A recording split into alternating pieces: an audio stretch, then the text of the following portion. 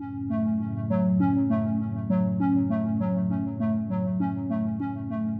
saludo a todas las personas que se conectan a este foro que publicamos todos los viernes desde la redacción del diario La Prensa de Lara. El día de hoy tenemos como invitado al señor Víctor Rodríguez Cedeño, destacado diplomático del país, abogado, fue negociador por Venezuela durante el Estatuto de Roma en la Corte Penal Internacional. Fue embajador, representante permanente alterno ante las Naciones Unidas en Ginebra y también presidente y vicepresidente del Comité Ejecutivo del Alto Comisionado de las Naciones Unidas para los Refugiados, ACNUR. El día de hoy lo hemos invitado porque queremos tratar a fondo la situación de Venezuela en varias cortes internacionales en el país. Por un lado, el conflicto que hay entre Venezuela y la Guayana Esequiba, debido a que el 9 de abril la Corte Internacional de Justicia pues declaró sobre el caso y se realizarán diversas audiencias a partir de ahora sobre, bueno, la defensa que ha llevado Venezuela sobre el territorio Esequibo con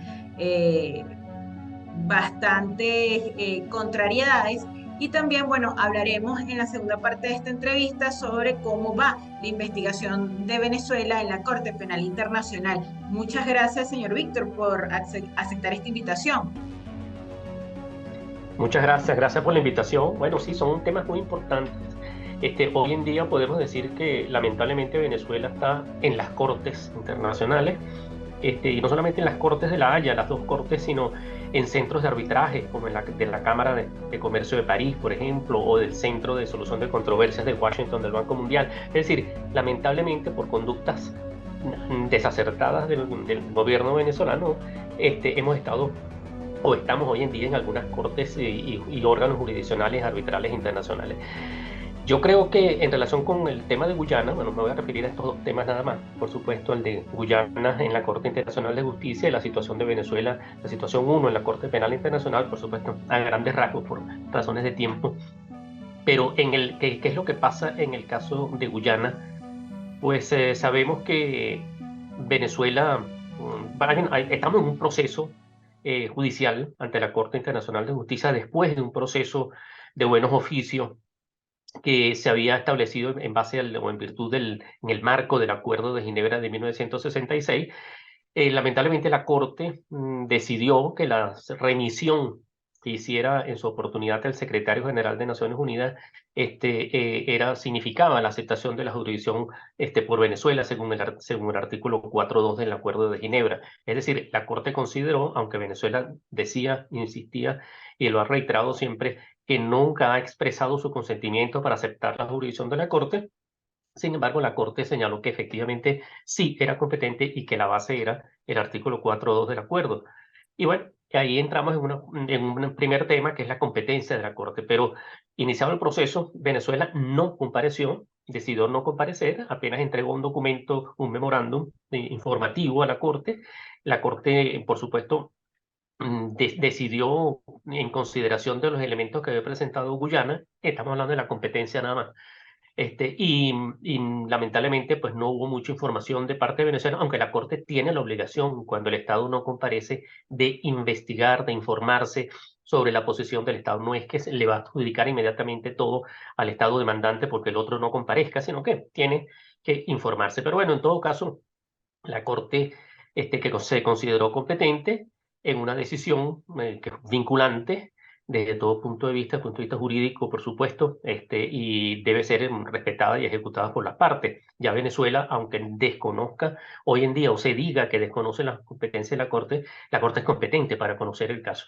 Ahora, una vez iniciado el proceso, viene la segunda parte, que es la entrega de la memoria por parte de Guyana, que es la cuestión de fondo, ya es decir, la nulidad o validez del laudo, y la contramemoria por parte de Venezuela. Guyana presentó dentro del lapso que se le dio, de 12 meses, su memoria.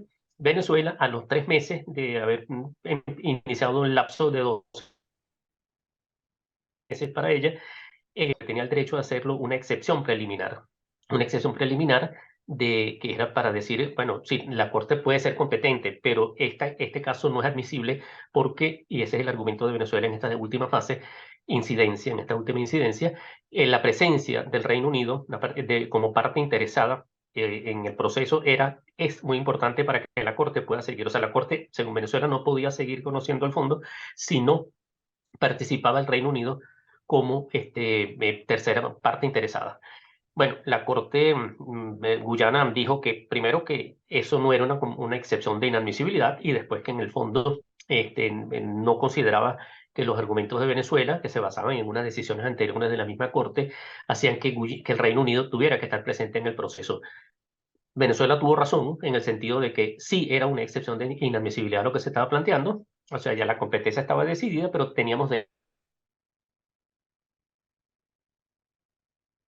derecho a presentarla distintamente a lo que pensaba Guyana, pero una vez considerado el fondo, decidió que rechazarla. Es decir, dijo, este proceso puede continuar sin la participación del Reino Unido, una vez interpretado, y es lo que dice la decisión, el Acuerdo de Ginebra de 1966 en virtud de la Convención de Viena de 1969 sobre el derecho a los tratados, que aunque Venezuela y Guyana no son parte, las reglas de interpretación son de derecho internacional general que están contempladas en la convención, de manera que son aplicables completamente, aunque ni Venezuela ni Guyana hayan ratificado la convención. Y se basó en el texto, en el contexto y sobre todo en la práctica ulterior de los estados, después de 1966. ¿Qué quiere decir esto? Que la Corte consideró que después de 1966 Reino Unido nunca participó en el proceso de negociaciones, ni de mediación, ni de buenos oficios que se había planteado, mediación, no, buenos oficios que se había planteado, y que se habían llevado a cabo entre las dos partes, nunca estuvo presente, o sea, no tenía entonces por qué estar presente le había delegado ya a Guyana después de su independencia, 3 meses después del acuerdo de 1966, le había delegado, le había dicho, bueno, ahora usted se ocupa de la controversia territorial con Venezuela. Ese es el proceso. Ahora, eso es lo que ha sucedido hasta ahora, a grandes rasgos, por supuesto. Pero ahora, ¿qué sucede? Viene la fase de fondo. Venezuela tiene que comparecer. Hay algunos que consideran que no va a comparecer Venezuela.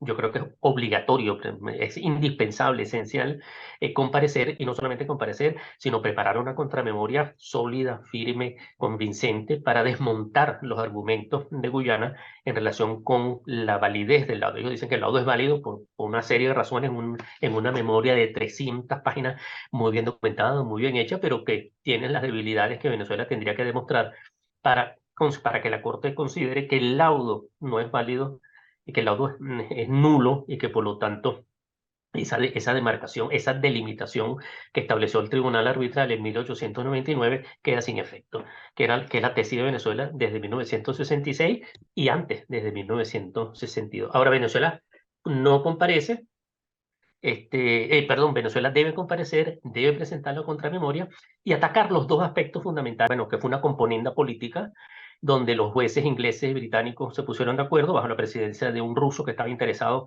en delimitar la manera en que se delimitó, por intereses políticos. Eso es no solamente porque no hubo motivación, sino porque no se consideró el tiposidete, porque se consideró inadecuadamente el principio de la prescripción, porque fueron ocupaciones ilegales, hubo coacción sobre los árbitros. Al final podría haber otras razones de nulidad que la parte venezolana tendría que considerar, pero para demostrar eso además, yo creo que es muy importante que Venezuela presente todo lo relativo a la titularidad jurídica sobre el territorio esequibo. Nosotros tenemos documentación elaborada por unos expertos historiadores jesuitas que trabajaron en la Cancillería venezolana hasta hace poco, no menos, hasta su muerte, hace unos años.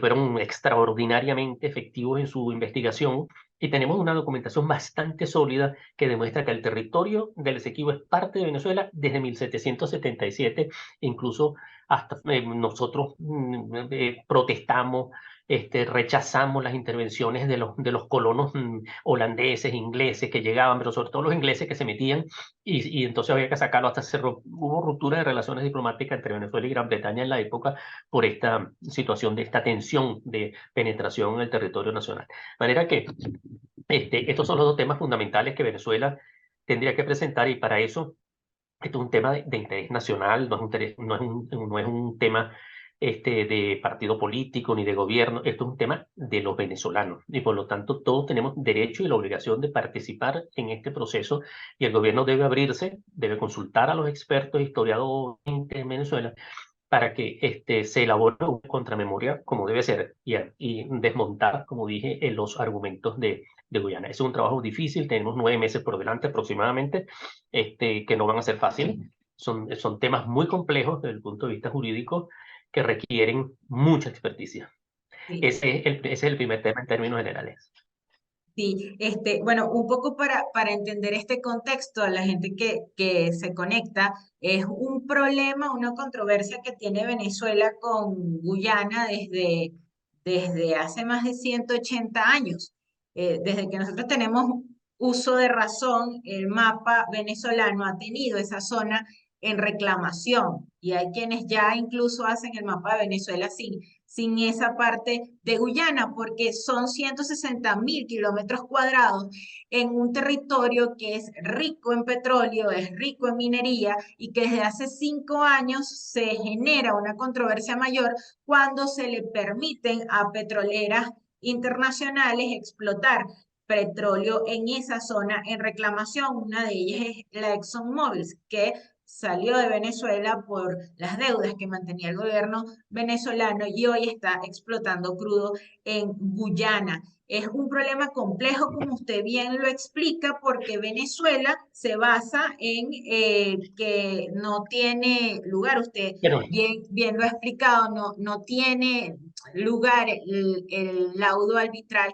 que concedió una corte de arbitraje en París en 1899 y por el contrario, defiende el Acuerdo de Ginebra que se hizo en 1966 antes de que Guyana fuera independiente del Reino Unido. Pero le pregunto, ¿cómo llegó el caso del Esequibo hasta la Corte Internacional de Justicia? bueno, Venezuela, y esto es importante, protestó siempre el laudo arbitral. Desde el mismo día, desde el 3 de octubre del 99, en Londres, se protestó, se criticó el laudo, en Venezuela se criticó. Después, bueno, las circunstancias políticas nacionales nos obligaron a aceptarlo de alguna manera, no aceptarlo desde el punto de vista jurídico, sino a dejarlo pasar. Y bueno, eso para ellos, para Guyana en este momento, ellos hablan de aquiescencia, que nosotros consentimos en el laudo, que hasta demarcamos la frontera, etcétera.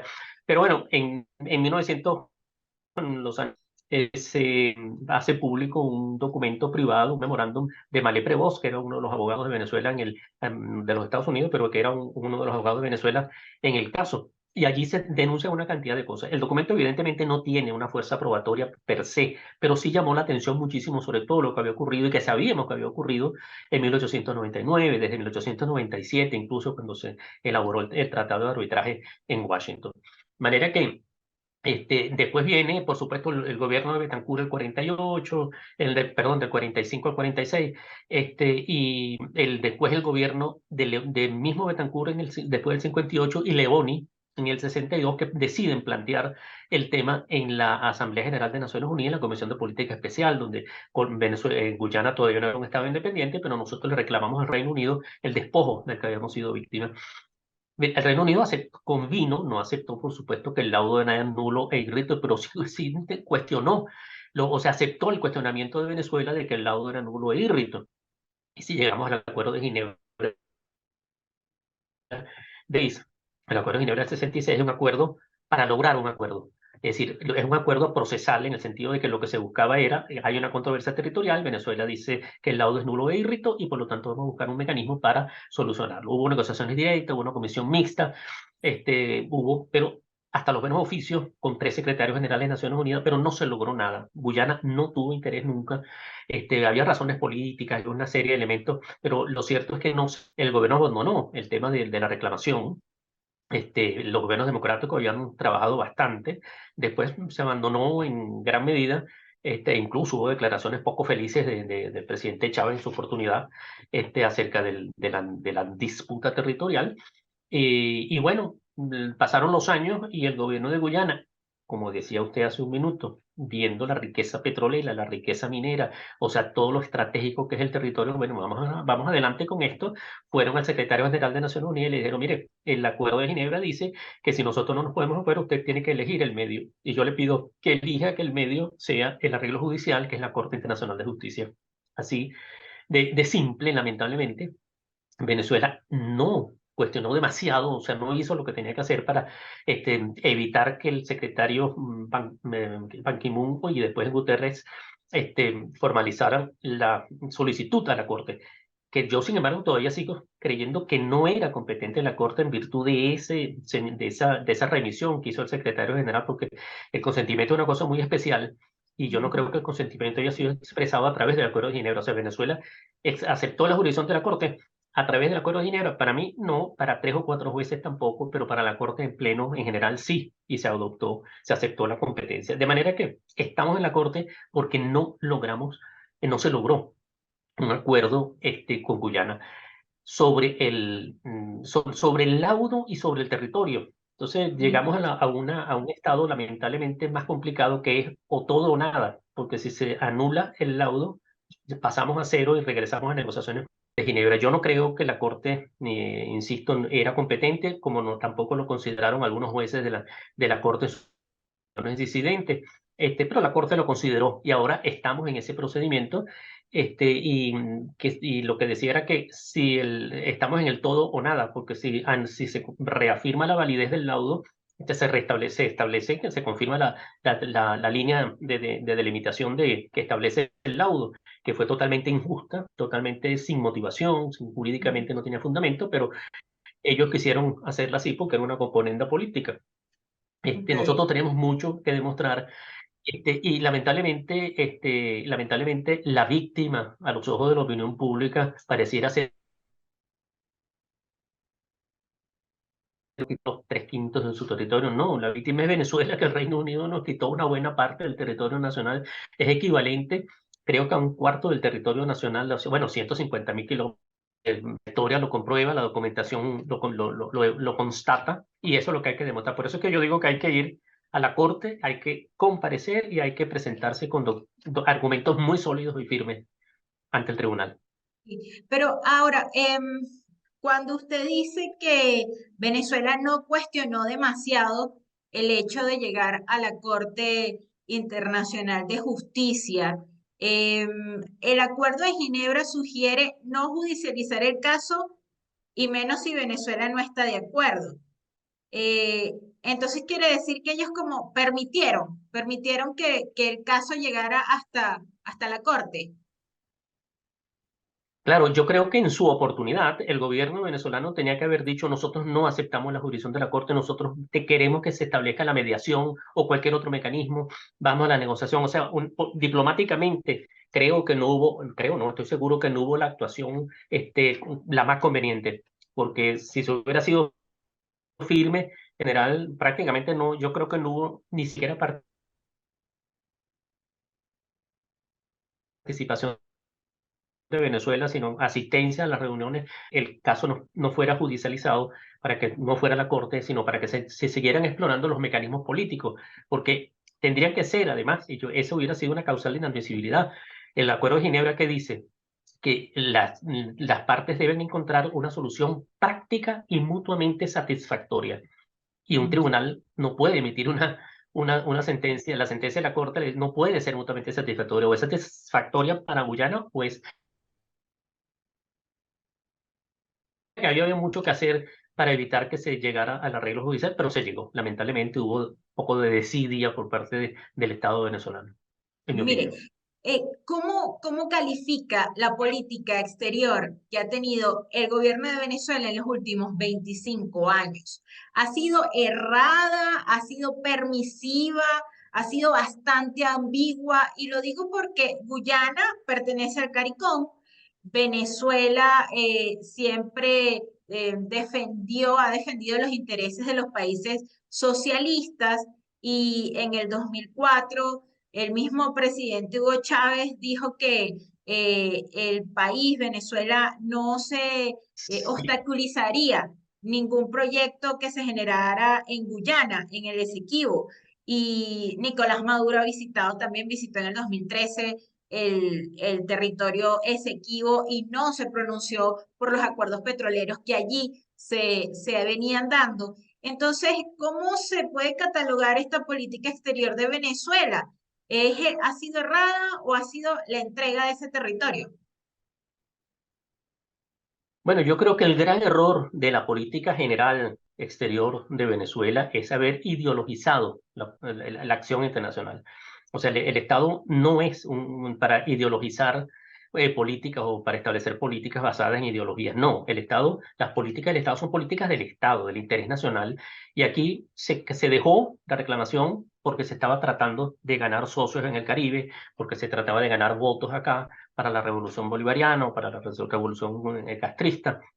En fin, se descuidó lo que tenía que ser jurídicamente y políticamente una acción internacional del Estado, fue sustituida por una acción ideologizada políticamente, y eso, no, eso es absolutamente incorrecto, porque la política exterior del Estado no es una política del gobierno simplemente. Cuando uno ve la política de Estados Unidos, demócratas y republicanos, hay una continuidad. Cuando vemos en Francia gobiernos de izquierda, de derecha, desde Mitterrand hasta hoy, hasta Macron, las políticas han sido integridad. No podíamos de ninguna manera dejar de lado el problema de nuestra reclamación territorial con Guyana por una cuestión ideológica. O sea, tenía que haber sido pasajera. Lo que pasa es que ese pasajero quedó por un largo tiempo, ojalá sea hasta poco, pero se dejaron pasar muchas cosas por politizar el tema, lo que es incorrecto.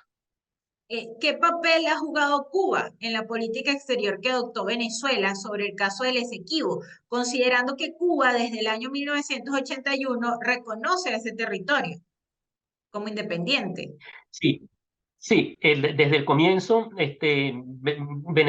Cuba no tenía la mejor relación con los gobiernos democráticos venezolanos. Había ellos atacaban siempre, bueno, recordamos desde Machurucuto en los años 60 libremente, pero el interés de Cuba era que fortalecer a Guyana, porque Venezuela no era el socio ideal de Cuba entonces, y favoreció siempre a Guyana, porque además Guyana tenía un gobierno izquierdista, además porque Guyana era, según algunos estrategas y geopolíticos, Ujú. era el último punto en donde los aviones cubanos podían tomar gasolina, combustible para llegar a sus intervenciones que tenían en África. O sea, las fuerzas militares pasaban por Guyana y eso les convenía tener más fácil. O sea, Cuba siempre ha sido, parece mentira, un estado expansionista absolutamente, ha exportado su revolución y hasta la llegó a Venezuela y se quedó en Venezuela hasta ahora.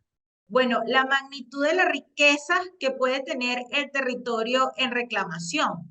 Y bueno, le hacía referencia que, por ejemplo, petroleras como la ExxonMobil han aumentado la producción de crudo en Guyana, justamente en esa zona en reclamación. Y hay proyecciones del Fondo Monetario Internacional que dicen que Guyana es el país que más va a crecer económicamente en Latinoamérica en los próximos años, justamente por esta explotación de crudo que se está dando en esa zona. ¿Se tiene una idea de la magnitud de las riquezas que allí hay? Bueno, numéricamente no lo sé, pero son inmensamente ricas, y no solamente en el territorio terrestre, para llamarlo así, sino en el mar, porque uno de los problemas que vamos a tener nosotros con los derechos en el Atlántico, o sea, nosotros tenemos una proyección hacia el Caribe y hacia el Atlántico, y esto nos va a traer vamos a tener que negociar con mucha seriedad también hasta dónde pueden ellos, Guyana, en el caso de que el territorio fuera de ellos, y ese territorio fuera realmente guyanés, hasta dónde es la prolongación de la línea del territorio terrestre en el mar. Eso es muy importante, pero hay riqueza en el territorio y en el mar, en lo que se supone que podría ser o que pudiera de Guyana. O sea, la riqueza es inmensa y no solamente petróleo. O sea, ya hay minerales estratégicos de todo tipo que son hoy en día fundamentales para el desarrollo, incluso para las cuestiones de armamentos y etcétera. Hay una cantidad de materiales estratégicos que son importantes en este momento y que muchas transnacionales están detrás de esto y están esperando un resultado. De paso, quiero decir que eso no tiene mucho que ver con lo que decida la Corte. Los jueces de la Corte son, hemos tenido la oportunidad de conocer algunos, son personalidades jurídicas y morales muy serias, donde la independencia y la imparcialidad es absoluta y garantizada. O sea, se habla de riqueza, porque a veces se confunde que esta riqueza puede hacer que la Corte decida a favor de Guyana. No, la Corte va a decidir a favor de que tenga los elementos jurídicos. Y claro que es importante porque la opinión pública conoce lo que hay ahora más que antes en este territorio. Hay una riqueza inmensa y las transnacionales están detrás de todo esto.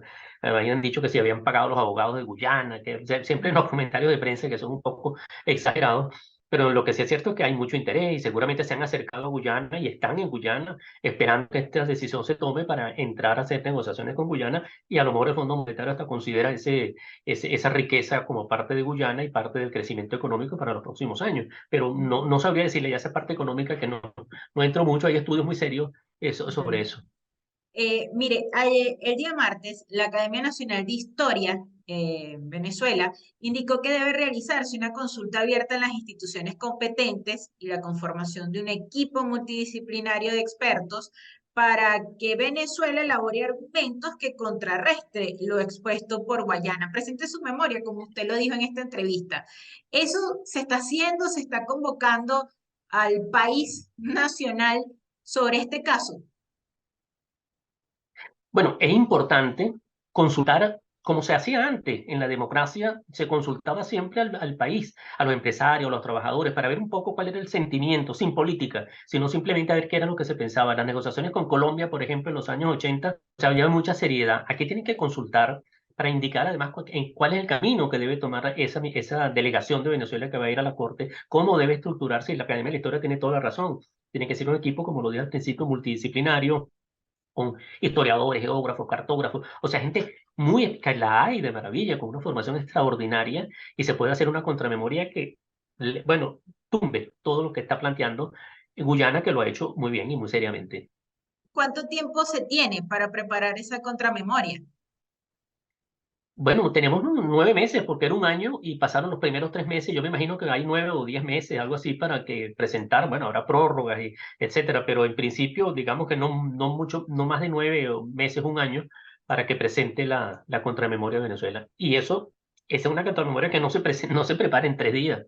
O sea, es un trabajo absolutamente complicado de coordinación. El gobierno tiene que poner gente que coordine con muchísima capacidad y buscar la gente más competente para organizar la estructura misma es complicada, de cómo hacer la memoria, qué es lo que se va a incluir en esa memoria, qué no se va a incluir, cómo se va cómo se va a responder a Guyana, que ya la publicó en el sitio, perdón, de la Corte, está la memoria de Guyana. Son 300 y algo páginas que vale la pena leerlas porque son muy interesantes y lo elaboraron muy bien. Nosotros podemos desmontar muchas cosas, pero es un trabajo serio, un trabajo muy serio que tiene que abordar el Estado inmediatamente. Ya han pasado 10 días hoy es en 11, ¿no? 12, hace 6 días o 14, 15.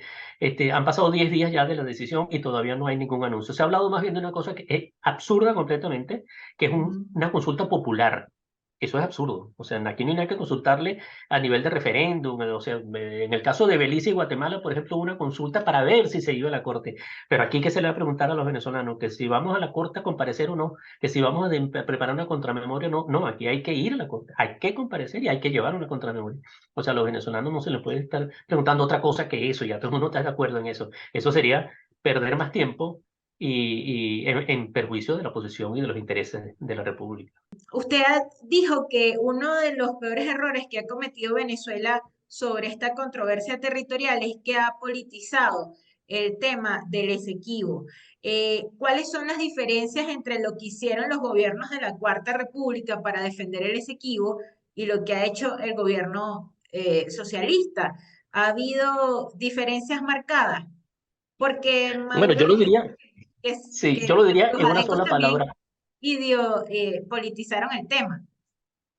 Bueno, yo diría que antes se hablaba de un nacionalismo real y sincero. Cuando se hablaba de la recuperación del territorio Esequibo, estamos hablando de un nacionalismo, de un patriotismo venezolanista. Ahora se está hablando de un nacionalismo distinto, revolucionario y etcétera. No sé, le han dado un toque eh, cuando Venezuela estaba en sus negociaciones con el secretario general o con el buen oficiante o con Guyana mismo, no se hablaba de partidos políticos, se hablaba del país venezolano, de la nación, que estaba, la república estaba pero ahora más bien se ha politizado, se ha ideologizado y además el tratamiento, nosotros nunca tuvimos una, digamos, yo creo que los gobiernos democráticos, la Cancillería, no, nunca tuvo una relación con Guyana basada en vamos a dejar la controversia porque nos interesa que ustedes sean socios nuestros y nos apoyen en tal elección o en tal participación internacional. No, o sea, eso se separó de todo y era una auténtica reclamación territorial. Aquí se jugó con otros elementos políticos innecesariamente, me Mm. da la impresión.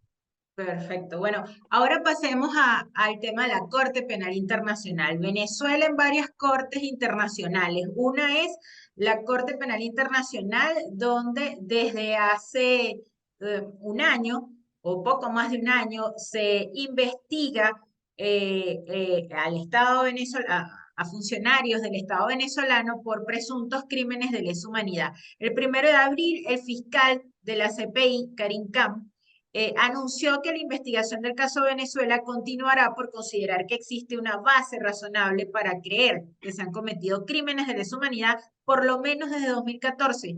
¿En qué fase, podríamos decir, señor Víctor, está esta investigación? ¿Qué procede a partir de acá? Bueno, vamos a partir de una cosa que yo creo que es bien importante, dos conceptos preliminares. Uno, que la comunidad internacional está obligada a luchar contra la impunidad por la Comisión de Crímenes Internacionales. Y lo otro, que la prioridad para el conocimiento de los crímenes internacionales, la violación de derechos humanos de cualquier tipo, son los tribunales nacionales. La Corte Penal Internacional es una institución o sea, una jurisdicción complementaria que funciona solamente cuando en el país donde ocurren los hechos no se juzgan porque no existen las condiciones o porque no se les quiere juzgar y se les quiere exonerar de su responsabilidad. Distintamente a lo que hablamos antes de la Corte de la Haya, allá se hablaba de estados, aquí estamos hablando de responsabilidad penal individual internacional. Es decir, la Corte ahora, la Fiscalía tiene la obligación de recibir, primero había 7 estados que le dijeron al fiscal, mire, en Venezuela se están cometiendo crímenes de lesa humanidad del 2014. Y la sociedad civil se acercó muchísimo a la Fiscalía, llevó muchísima documentación, además organismos internacionales, órganos internacionales, comisiones internacionales de determinación en un informe pues, fue fundamental en la información a la fiscalía antes del fiscal Cam con la fiscal anterior. Bueno, documentación en donde se refleja que se han cometido crímenes, que hay base razonable para creer que se han cometido crímenes desde el 2014 y que en Venezuela no se está haciendo nada por condenar, porque la Corte, recordemos que la Corte se ha creado para investigar a los principales responsables de la Comisión de Crímenes Internacionales, es decir, a la cadena de mando, porque no se está buscando castigar al que viola directamente ese otro tipo de derecho penal, en el sentido que lo que busca la Corte es detener a las altas autoridades, detenerlas en el sentido de pararlas para que cesen de cometer los crímenes internacionales. De manera que el fiscal, cuando consideró eso, le dijo a la sala de cuestiones preliminares, mire, autoríceme, yo voy a abrir una investigación. Inmediatamente el Estado venezolano dijo no. O sea, nosotros, la Fiscalía no puede abrir una investigación porque nosotros estamos abriendo investigaciones en Venezuela. Es más, hemos procesado, hay un informe enorme donde dice una cantidad de cosas que no son ciertas, que se está juzgando una cantidad de gente por una cantidad de delitos y en realidad no se ha inculpado a nadie, no se ha sancionado a nadie.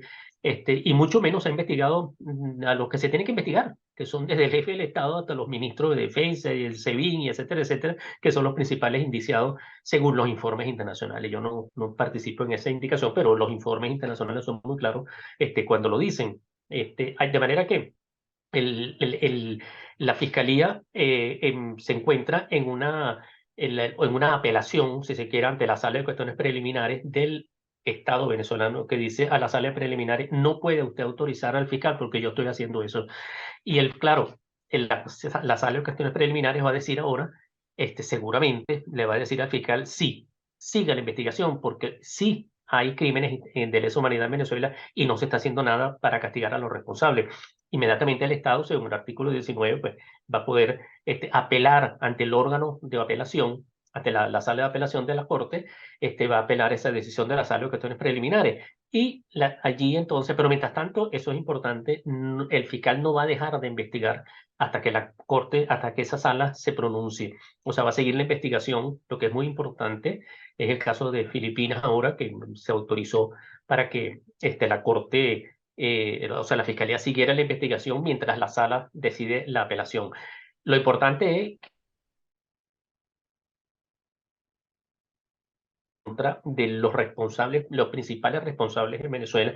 Pero eso además la Corte no es solamente un órgano sancionatorio que quiere castigar, no, es preventivo y es muy importante porque en la medida en que el Estado, en que la Corte actúe, los Estados detienen un poco su violación y sus crímenes internacionales porque saben que les va a llegar en cualquier momento. Ahí estamos viendo casos interesantísimos como el de Ucrania, por ejemplo, el de Rusia, más bien el señalamiento. O sea, eso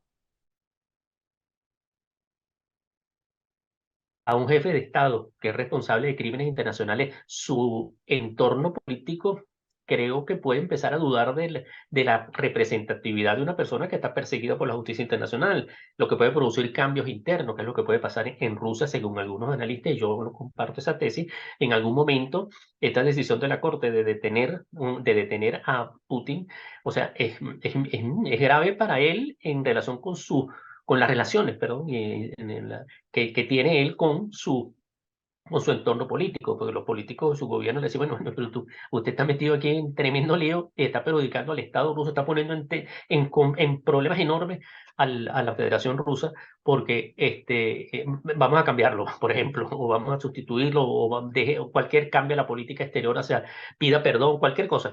Pero digamos, tiene un efecto político, yo creo, importante. Ese, la cuestión sancionatoria, la prevención y el efecto que puede tener estas decisiones que son importantísimas para la justicia penal internacional y en la que está comprometida toda la comunidad internacional, además, no solamente los estados, los organismos internacionales y nosotros, la sociedad civil que no son solamente las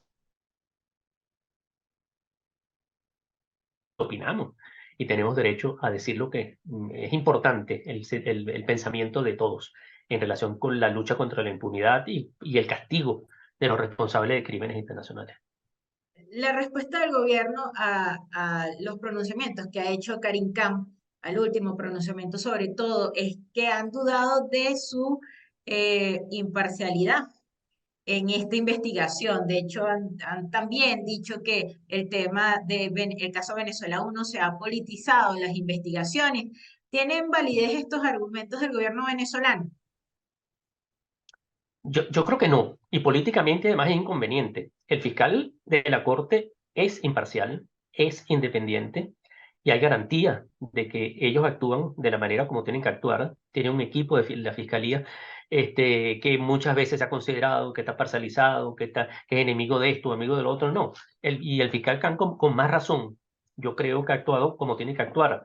O sea, él ve que se han cometido, supone que se han cometido crímenes, hay bases razonables para creerlo, y tiene que su trabajo es investigar y decir, y después pues, acusar a lo que tiene que acusar, porque ahora viene la parte del encauzamiento, porque de la situación, que es la situación que está pasando en Venezuela, una vez que se inicia la investigación, viene el encauzamiento, primero órdenes de citación, órdenes de aprehensión, o sea, hay todo un procedimiento penal que empieza a funcionar.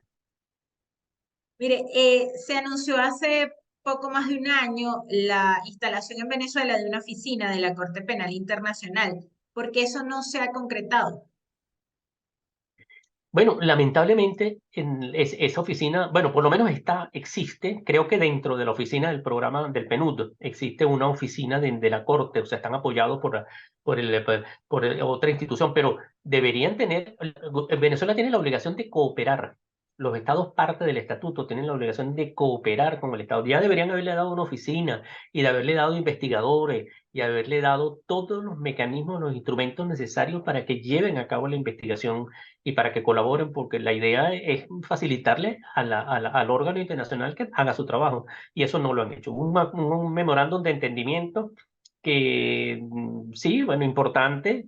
De hecho, es decir, se crea esta oficina, se promete que se va a apoyar, se promete que se va a hacer esto, y en el fondo, pues al final no se ha hecho gran cosa. Y eso es lo que a la Corte, a la Fiscalía, le ha, me imagino, molestado en el sentido de que había compromisos que había asumido Venezuela en ese memorándum de entendimiento y en declaraciones ulteriores de los de las personalidades venezolanas, de la dirigencia política venezolana, del gobierno, y no pasó más nada. O sea, no hubo nada que adelantar en favor de la justicia internacional. Usted ha dicho, la Corte Penal Internacional es el único tribunal internacional que puede ordenar la detención de presidentes en funciones. Acaba de ocurrir esa orden de detención contra el presidente de Rusia por crímenes de guerra, un aliado además del gobierno venezolano. ¿Cree usted que esta decisión haya generado temor en los funcionarios venezolanos? Yo creo que sí, o sea, debería haber, o sea, imaginémonos, estamos imaginando, estamos viendo el jefe de, de Estado de una de las potencias más importantes del mundo, uno de los 5 miembros permanentes del Consejo de Seguridad, el país la primera potencia nuclear, o sea, a ese señor le están dando autodetención. Bueno, en Venezuela creo que es mucho más fácil y menos arriesgado para la Corte misma proceder a ordenar la detención de algún funcionario de alto nivel, de alto rango. Pero una cosa importante, la Corte no es el único tribunal internacional en el sentido que nos interesa. La justicia penal internacional se lleva a través de la Corte Penal Internacional, pero también a través de un principio que es muy importante, que son los tribunales nacionales que funcionan en base al principio de la jurisdicción universal. Hay muchos países, por ejemplo, en el caso de Nicaragua, para dar un ejemplo hipotético, el caso de Nicaragua, Nicaragua no es parte del estatuto. Ortega ha sido señalado por muchos como un criminal de lesa humanidad. Si Ortega pasara por un país en donde la jurisdicción universal, el principio se aplique, pudiera tener problemas como lo tuvo Pinochet en Londres en los años 90. O sea, hay tribunales nacionales que por autorización de su legislación interna, de su constitución y de otras leyes, pueden conocer crímenes que no se han cometido en el país y que no hay ningún vínculo jurisdiccional, que no son, por ejemplo, en el caso de Nicaragua no hay nicaragüenses o nada, sino simplemente, o sea, el tribunal en Alemania, aunque no haya alemanes víctimas y aunque no haya personas victimarios alemanes y que no se haya cometido en Alemania, puede, por ejemplo, ordenar una detención de un funcionario de alto rango del gobierno de Nicaragua, Ortega o cualquiera de ellos. Quiero decir que la Corte es un órgano complementario sumamente importante, y que hasta ahora ha demostrado una eficacia, bueno, relativa, porque estamos empezando y además es complicado ejercer su jurisdicción por la cuestión de la soberanía de los estados y hay cuestiones políticas que paran un poco todo, pero los tribunales nacionales pueden hacerlo también en base al principio de la jurisdicción universal y hay otros tribunales también internacionales que ya conocemos e incluso tribunales que es muy interesante para el proceso venezolano cuando llegue su oportunidad de transición, de que llamamos tribunales híbridos o internacionalizados. Como en Venezuela no hay una legislación nacional, pero hay un cambio de gobierno, por ejemplo, y ese gobierno nuevo quiere enjuiciar a otros, pues se crearán salas como se han creado en Kosovo o en Camboya o en Timor Oriental, se han creado salas que son tribunales híbridos con jueces internacionales, extranjeros, mejor dicho, se aplica el derecho internacional. O sea, muy interesante el concepto de tribunales internacionalizados o híbridos porque son muy útiles al momento en que se ha superado la confrontación política, se ha pasado a un estado distinto de democracia y hay procedimientos porque es mucho más práctico, por supuesto, juzgar a los que han cometido crímenes en Venezuela con tribunales independientes autónomos que tienen que estar en la Corte. La Corte es la jurisdicción complementaria, pero lo ideal sería que cada Estado juzgara, y por eso me refería al principio al de la lucha contra la impunidad como compromiso de todos y a la prioridad que tienen o la preeminencia de los órganos nacionales en la aplicación de la justicia penal internacional. Esos tribunales nacionales tienen que ser en estados que sean parte del Estatuto de Roma, ¿verdad? No, no, No pueden ser, necesariamente.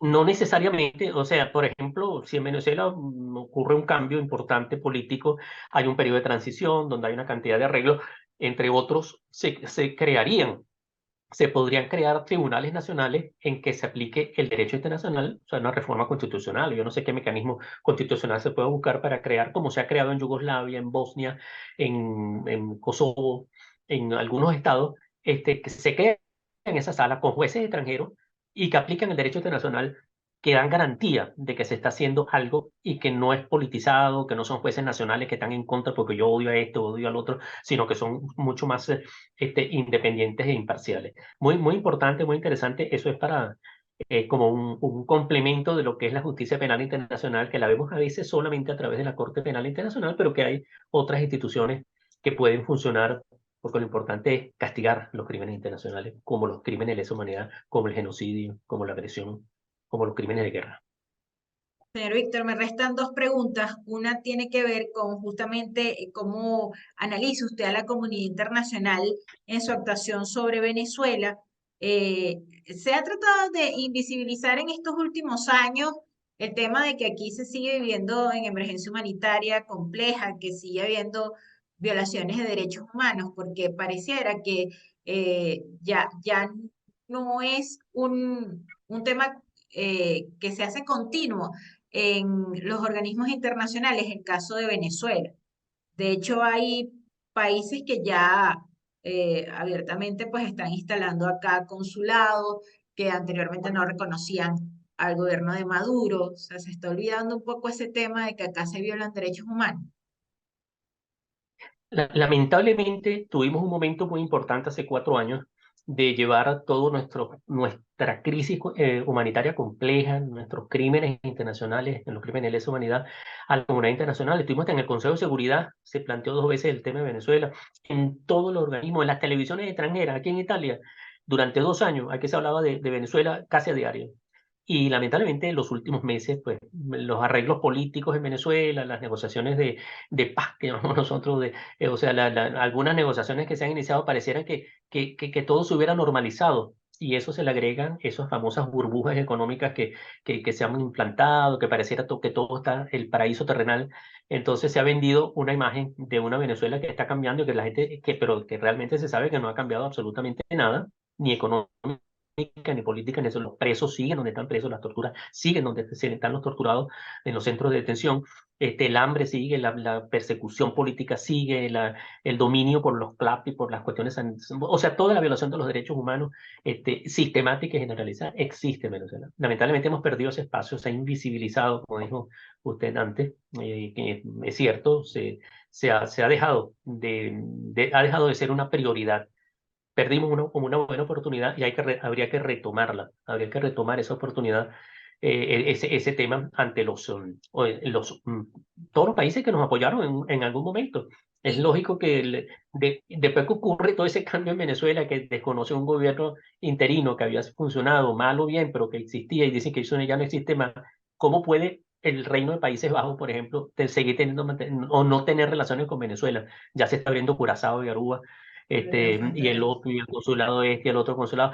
Es lógico, si no hay otra contraparte, volvimos a lo que era antes de lo que era el famoso gobierno interino. Bueno, y finalmente hay un caso, el caso Venezuela 2, que es el que ha llevado el gobierno de Maduro a la Corte Penal Internacional, alegando que las sanciones de Estados Unidos son las que han llevado o han generado la crisis en Venezuela. ¿En qué fase está ese caso? Y si se puede creer en versiones de que las sanciones son las causas de los problemas del país cuando el propio gobierno ha revelado un grotesco desfalco por parte de PDVSA. De la situación 2 que son las medidas coercitivas unilaterales, es una simple estrategia política, porque eso no tiene ningún sentido jurídico, a pesar de que los abogados que lo presentaron, tengo entendido que son eminencias jurídicas vinculadas al gobierno venezolano, hicieron un buen trabajo, pero realmente eso es un tema que no tiene ningún sentido porque acusar a la administración de los Estados Unidos de crímenes internacionales por adopción de medidas unilaterales es absurdo desde muchos puntos de vista, pero sobre todo por algo que es muy importante. Yo he defendido las medidas, las sanciones, las he defendido, las sanciones como deben ser, no los bloqueos injustificados políticos, las sanciones en este caso, porque nosotros estamos defendiendo los derechos humanos. Hay el deber, la comunidad internacional tiene el deber de proteger a las poblaciones que son víctimas de abusos, que son víctimas de crímenes internacionales, alguien tiene que protegerlos. y como no se puede enviar una tropa para que los defienda, pues simplemente se adoptan sanciones y esas sanciones son positivas. Y si no hubiera sido por las sanciones, hubiéramos estado, creo que estaríamos en una situación mucho más difícil para los venezolanos. Yo creo que las sanciones, bueno, tanto que ellos han insistido en que le levanten las sanciones y han iniciado negociaciones políticas. Ojalá hubiera negociaciones políticas, ojalá se levantaran las sanciones, pero que ojalá también se dejaran de violar los derechos humanos de forma sistemática y que liberen a todos los presos políticos, ordene el país como tiene que ser, salgamos de la crisis humanitaria compleja. Las sanciones son necesarias y ese tema que planteado en la Corte yo creo que no tiene ningún sentido. Eso va a ser rechazado, bueno, que ni siquiera que un examen preliminar harán porque tienen que hacerlo, lo manda un Estado parte, pero eso no tiene ningún futuro como para abrir una investigación al presidente de los Estados Unidos, porque las sanciones que adoptaron son la causal, cuando sabemos además, visto el horror del PDVSA de las últimas semanas y del desfalco y el crimen que han cometido con todo el país. O sea, nadie puede creer que las sanciones que le han impuesto a personas, porque la mayoría son a personas, esas personas, eso ha causado una miseria en el país. No, o sea, yo creo que no se justifica la situación económica, social y política de Venezuela, no tiene nada que ver con las sanciones unilaterales que se le impone a violadores de derechos humanos y a corruptos, porque la corrupción se vincula a los derechos humanos también. O sea, que los corruptos, que son corruptos porque por el sistema legal de Estados Unidos y de otras partes, en otros países, pues consideran que esa corrupción viola los derechos humanos, también es parte de la violación de los derechos humanos, el derecho a la democracia, el derecho a la alimentación. O sea, todo esto, ahí está el preso que está allá en Miami, por estas mismas razones. Pero, o sea, hay sanciones que yo creo que se justifican. Lo que yo no acepto, porque incluso en muchas oportunidades Venezuela sostuvo posiciones muy interesantes en contra de los bloqueos por razones políticas. No se puede bloquear un gobierno porque no me gusta ese gobierno, no es políticamente amigo y le voy a imponer sanciones. Eso fue un poco en Estados Unidos con Cuba, con la ley Helms-Burton en los años 80, 90, 80 más bien, que se imponían sanciones porque no les gustaba. Había razones, pero esa no era la razón. Había razones criminales por los crímenes que se habían cometido en Cuba, pero eran por otras razones, entonces se bloqueaba y entonces venían otros intereses económicos. Pero aquí las sanciones de hoy en contra de funcionarios venezolanos que están en curso en crímenes internacionales, en la realización de crímenes internacionales, yo creo que son justificadas, son legales, porque el derecho internacional lo permite, y son legítimas porque tenemos derecho a que sea nosotros, las víctimas, a que se impongan sanciones para que se sobrepase y se detenga la violación y la realización de crímenes internacionales. Bueno, muchas gracias al señor Víctor Rodríguez Cedeño por su tiempo, por este amplio análisis y bastante interesante que hemos hecho el día de hoy y por haber aceptado estar en este foro desde el diario La Prensa. Bueno, muchas gracias por la invitación y bueno, nos veremos en otra oportunidad. Encantado. Gracias y a todas las personas que se conectaron a este video en YouTube. Agradecida y será hasta una próxima entrega.